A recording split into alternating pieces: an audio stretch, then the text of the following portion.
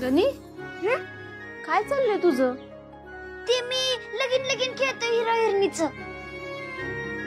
दगडांनी. होय ये बघ, ये हाय ती आग लावायचं कुंड, ये हाय भटजी, ये हाय मंडप आणि हे आहेत लग्न जमलेली माणसं. आणि ते तर कोण आहे?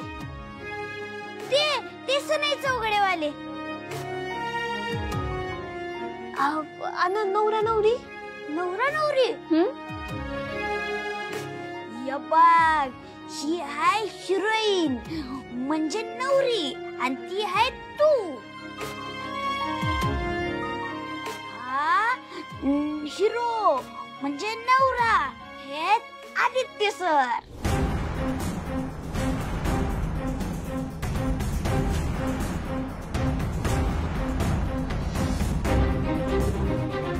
काय म्हणाला तू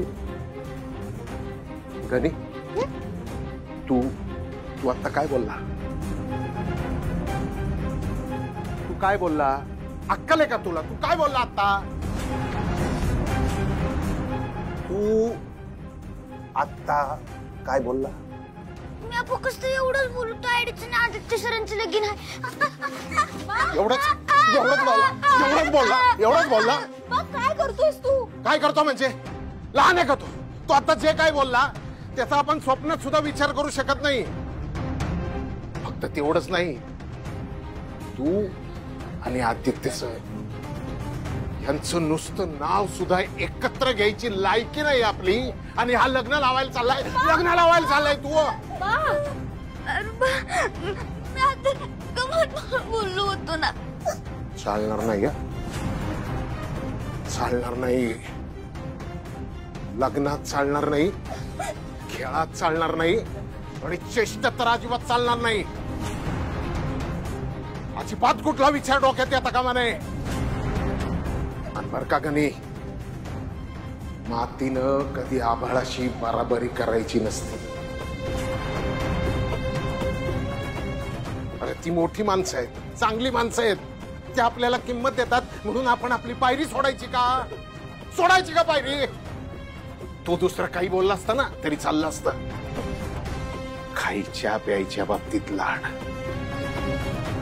बाकीच्या बाबतीत लाड चालायचे नाही.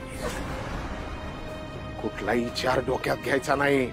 अरे ती मोठी माणसं आहेत, त्यांचे पाय जमिनीवर आहेत, पण त्यांच्या पायाला हात लावायची लायकी आहे का आपली? आहे का लायकी आहे? बारू, हरीश सरांशी लग्न ठरलंय तुझं. शूटिंग मध्ये का होईना त्यांनी तुझ्या गळ्यामध्ये मंगळसूत्र बांधलंय. खोटं का असं ना,